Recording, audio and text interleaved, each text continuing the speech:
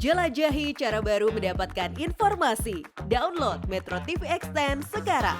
Pemirsa, mengapa 3 anggota TNI nekat memeras seorang penjaga toko kosmetik? Apakah mereka bertindak atas nama sendiri atau suruhan?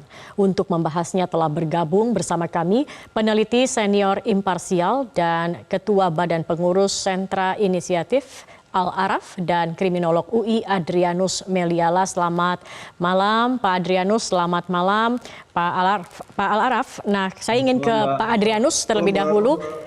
Pak Adrianus, kalau Anda melihat dari kasus ini tentunya Anda mengikuti begitu ya Pak Adrianus, apakah Anda melihat ada kejanggalan? Karena aparat negara yang seharusnya melindungi warga negara ini kemudian melakukan pemerasan, penganiayaan, bahkan menghilangkan nyawa seorang warga dengan motif yang tadi dikatakan adalah ekonomi.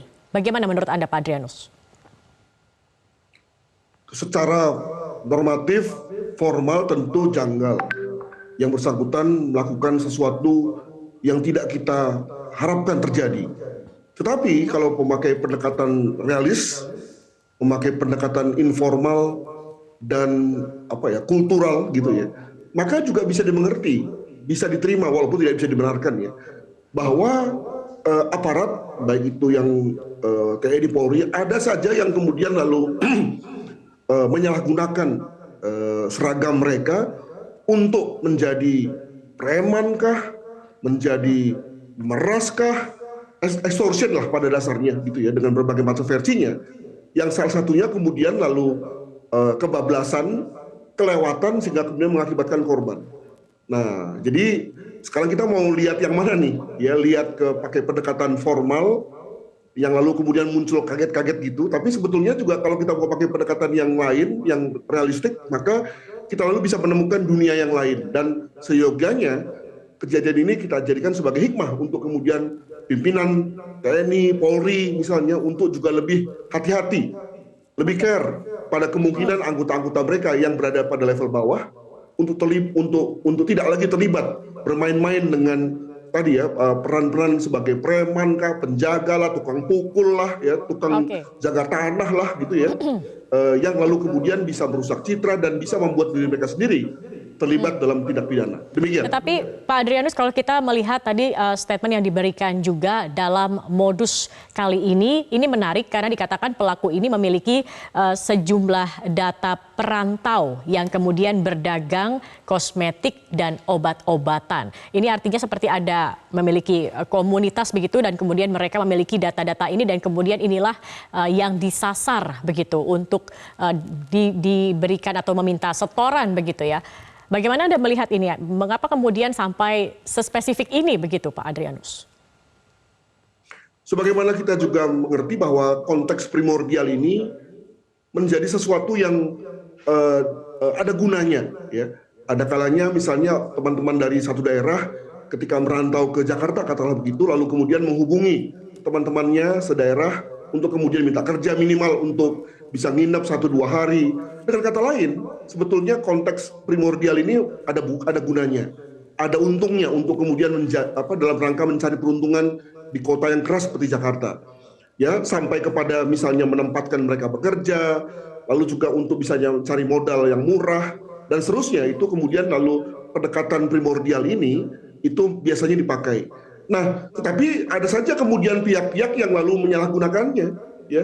Saking karena misalnya ada satu konteks di mana situasi primordial ini kemudian terlibat dalam praktek menyimpang, nah dipakai sebagai satu cara untuk memeras.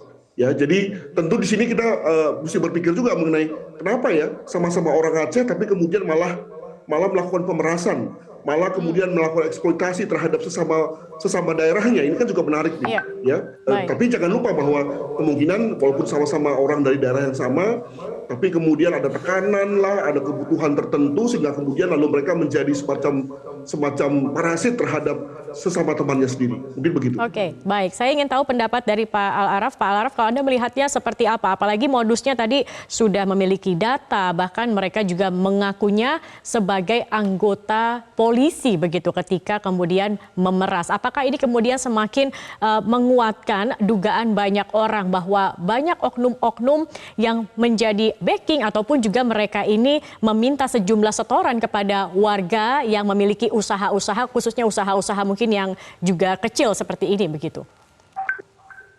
Ya, pertama peristiwa ini adalah satu peristiwa yang kejam dan tidak berperi kemanusiaan. Satu kejahatan yang dilakukan mulai dari penculikan, penyiksaan sampai pembunuhan gitu. Yang tentu ini tidak bisa dibenarkan dengan alasan apapun. Mungkin kita bisa mencari dan melihat motifnya secara lebih lanjut. Tapi yang jauh lebih penting adalah tindakan semacam ini satu tindakan yang dilakukan oleh aparat negara yang seharusnya melindungi warga negara, tetapi justru melakukan kekerasan terhadap warga negara sendiri dengan beragam motif. Itu satu hal yang sangat amat ironi. Apalagi kemudian salah satu dari mereka adalah anggota pasukan elit Pas Pampres yang tentu proses ke dalam itu penuh dengan proses seleksi yang ketat. Tapi realitasnya justru terlibat dalam satu kejahatan yang tentu sangat kejam ini. Ini satu hal yang sangat memalukan dan satu hal yang ironi. Nah, yang kedua adalah dalam konteks itu tentu yang paling penting buat kita hari ini adalah bagaimana memastikan keluarga korban dapat mendapatkan keadilan di dalam proses hukum ini. Jadi bagaimana proses hukum dalam kasus ini dapat memberikan keadilan bagi korban. Tentu keluarga korban membutuhkan transparansi, akuntabilitas, keadilan, akses hukum yang baik, dan lain sebagainya dalam kerangka menciptakan satu proses peradilan yang fair and trial tadi itu. Karena tentu kita harus maju ke depan dalam pengungkapan kasus ini, tidak mundur ke belakang, yakni dengan cara memastikan ruang peradilan itu bisa memberikan keadilan buat keluarga korban. Nah, proses hukum ini tentu kita harapkan dalam satu proses hukum yang adil, sehingga kita bisa membongkar semua motif tadi, Mbak. Apakah kemudian ada keterlibatan bisnis ilegal ataupun lain sebagainya, dan harus dilakukan dalam ruang yang transparan dan terbuka. Tentu kita berharap ruang itu ada di dalam mekanisme peradilan umum, tidak dalam ruang mekanisme peradilan militer. Sehingga kemudian publik bisa mengetahui segala hal tentang peristiwa ini. Dan pada sisi lain, korban bisa memastikan akses keadilan itu tersedia dan terpenuhi. Nah, ruang peradilan militer tidak bisa memberikan ruang itu secara penuh. Oleh karena itu, Presiden harus menegakkan konstitusi dan berada di depan untuk menegakkan konstitusi dengan memerintahkan Panglima TNI untuk memproses kasus ini dalam ruang peradilan umum, kecuali kalau Presidennya tidak berani menegakkan konstitusi. Karena upaya menegakkan konstitusi salah satu ukurannya adalah dengan menegakkan azas negara hukum dan prinsip kesamaan di hadapan hukum, di mana semua warga negara harus sama kedudukan di hadapan hukum. Kalau terlibat dalam kejahatan tindak pidana umum, wajib dan harus jadi dalam peradilan yang sama dengan warga negara lain. Artinya Anda mendorong peradilan ini nantinya dilakukan dalam peradilan umum bukan militer begitu. Tetapi bukankah kalau kita melihat kemarin ini kan juga sempat ada kasus begitu ya, seorang TNI menabrak sepasang remaja yang kemudian juga jenazahnya dibuang ke sungai dan ini melalui peradilan militer dan itu bisa terbuka begitu. Apakah kemudian hal ini juga masih dikatakan belum bisa adanya keadilan yang secara transparan yang dilakukan oleh TNI begitu, Pak Al-Araf? Nanti kita akan membahasnya usai jeda pariwara, karena kami harus jeda dulu. Kami akan kembali pemirsa dengan perbincangan ini sesaat lagi, tetap bersama kami di Prime. Baik, kita lanjutkan kembali perbincangan ini. Pak Al-Araf, kalau tadi Anda mengatakan lebih mendorong kemudian peradilannya dilakukan dengan pidana umum begitu ya, peradilan di umum dibandingkan dengan peradilan pidana militer. Kalau melihat kasus sebelumnya, ini kan bisa dikatakan cukup transparan, terbuka, bahkan hingga putusannya begitu. Bahkan sudah ada juga statement dari Panglima TNI yang menginginkan hukuman mati terhadap para pelaku kali ini. Apakah ini tidak cukup? Ya, saya menghormati pernyataan Pak Panglima TNI. Tapi persoalan kita adalah dalam kasus peradilan militer itu, Mbak, ada kasus yang memang proses penghukumannya dengan maksimal. Tapi banyak kasus juga yang proses penghukumannya ringan dan bahkan dibebaskan. Seperti kasus peristiwa Cebongan, pembunuhan Teis Eloy di Papua, dan beberapa pembunuhan kasus pendeta Jeremia di Papua, yang sebagian besar mekanisme ruang peradilan militer tidak memberikan keadilan kepada korban. Itu artinya saya bisa simpulkan bahwa peradilan militer tidak memberikan ruang kepastian hukum, sementara negara hukum membutuhkan kepastian hukum. Kenapa peradilan militer tidak menimbulkan kepastian hukum? Karena ruang peradilan militer itu tidak memenuhi prinsip-prinsip peradilan yang fair and trial. Ada kesesatan kita dalam melihat peradilan militer. Peradilan militer itu harusnya hanya untuk mengadili kasus-kasus yang terkait dengan tindak pidana militer. Sedangkan kasus-kasus yang terkait dengan tindak pidana umum itu diadili dalam peradilan umum. Di dalam Undang-Undang TNI Nomor 34 2004 yang mengatur tentang TNI, khususnya pasal 65, jelas disebutkan bahwa anggota militer yang terlibat dalam tindak pidana umum diadili dalam peradilan umum, yang melakukan tindak pidana militer diadili dalam peradilan militer. Oleh karena itu, ini dalam kerangka menegakkan konstitusi dan menegakkan undang-undang TNI sendiri yang menjadi aturan internal TNI. Jadi upaya melakukan proses hukum dalam peradilan umum bukan hanya untuk memastikan keadilan korban, tapi juga memastikan bahwa tegaknya konstitusi itu dalam kerangka menegakkan prinsip persamaan di hadapan hukum. Itu Mbak. Oke, jadi sebenarnya juga dalam aturan atau pasalnya juga sudah ada begitu bahwa ini bisa dibawa ke peradilan umum dibandingkan harus kemudian dilanjutkan dalam peradilan militernya seperti itu ya Pak Laraf ya? Ya betul sekali, karena memang secara konstitusi dan secara hukum Undang-Undang TNI mengatur secara tegas khususnya pasal 65 itu. Dan di dalam mandat rakyat Mbak, ketetapan MPR nomor 7 tahun 2000 juga disebutkan bahwa pemerintah harus melakukan agenda proses reformasi peradilan militer. Nah, peradilan militer ini satu produk peradilan pada masa Orde Baru yang dibuat ketika rezim Soeharto mau tumbang di tahun 1997. Kepentingan politik hukumnya adalah untuk melindungi rezim saat itu dan melindungi anggota militer yang terlibat kejahatan pada masa Orde Baru. Sehingga ketika reformasi, mandat rakyat melalui TAP MPR 7 2000 mengharuskan pemerintah dan DPR untuk mereformasi sistem peradilan militer. Inilah yang menjadi pekerjaan rumah kita sangat besar untuk melakukan hal itu, supaya kita tidak menimbulkan perdebatan-perdebatan kembali dalam mengusut kasus-kasus kejahatan yang melibatkan oknum anggota militer. Ketika peristiwa Basarnas terjadi ribut antara KPK, kita juga berdebat apakah di peradilan umum atau peradilan militer. Sekarang kasus yang sama, kita juga berdebat apakah di peradilan umum atau peradilan militer. Saya ingin menegaskan bahwa kita harus tegakkan konstitusi dengan menyatakan bahwa persamaan di hadapan hukum itu harus dilakukan. Tidak boleh ada yang dibedakan, tidak boleh ada yang diistimewakan dalam negara hukum. Semua warga negara, siapapun dia, harus tunduk terhadap sistem peradilan yang sama kalau terlibat dalam kejahatan tindak pidana umum. Baik. Sekarang saya ingin ke Pak Adrianus. Pak Adrianus, kita kembali ke kasusnya lagi begitu ya. Dalam kasus ini pelaku merekam saat menganiaya, kemudian mengirimkan video penganiayaan kepada keluarga untuk secara tidak langsung memeras begitu ya, kemudian meminta sejumlah uang. Bahkan sudah ada ancaman akan dibunuh.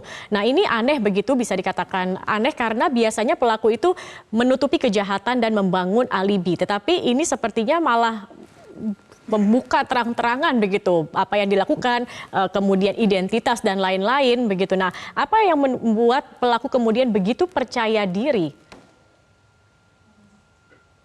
Jangan lupa bahwa si pelaku dan korban ini kan ada semacam hubungan, sama-sama orang yang berasal dari daerah atau dari provinsi Aceh. Maka diyakini, paling tidak diyakini oleh korban, oleh pelaku, bahwa informasi yang diberikannya, video yang dibuatnya itu tidak akan keluar dari komunitas, dalam hal ini komunitas masyarakat Aceh di Jakarta, ya. Itu saking PD-nya atau mungkin juga saking karena percaya dirilah begitu ya, sehingga kemudian yakin bahwa informasi tersebut itu hanya akan sampai pada keluarga korban dan tidak disebar. Ya, itu yang pertama. Yang kedua, Mbak, jangan lupa bahwa karena mereka ini semua adalah prajurit terbawah, tidak punya lagi anak buah, maka kemudian mereka mencari rekan-rekan yang setara, sesama prajurit. Nah, bayangkan kalau misalnya si pelaku ini sersar misalnya, maka ada kemungkinan mereka akan melibatkan kopralnya, prajuritnya dalam rangka terlibat tindak pidana ini. Poin saya adalah bahwa dalam banyak situasi pelaku menyimpang oleh aparat itu biasanya melibatkan strukturnya, ya. Nah, kalau untuk level prajurit seperti ini, maka bisa kita bayangkan bagaimana untuk yang level yang lebih tinggi. ya. Ada permainan yang khas bagi mereka sesuai dengan pangkat mereka, sesuai dengan jabatan mereka. Nah, apakah hal ini perlu kita pertahankan atau kita biarkan terus?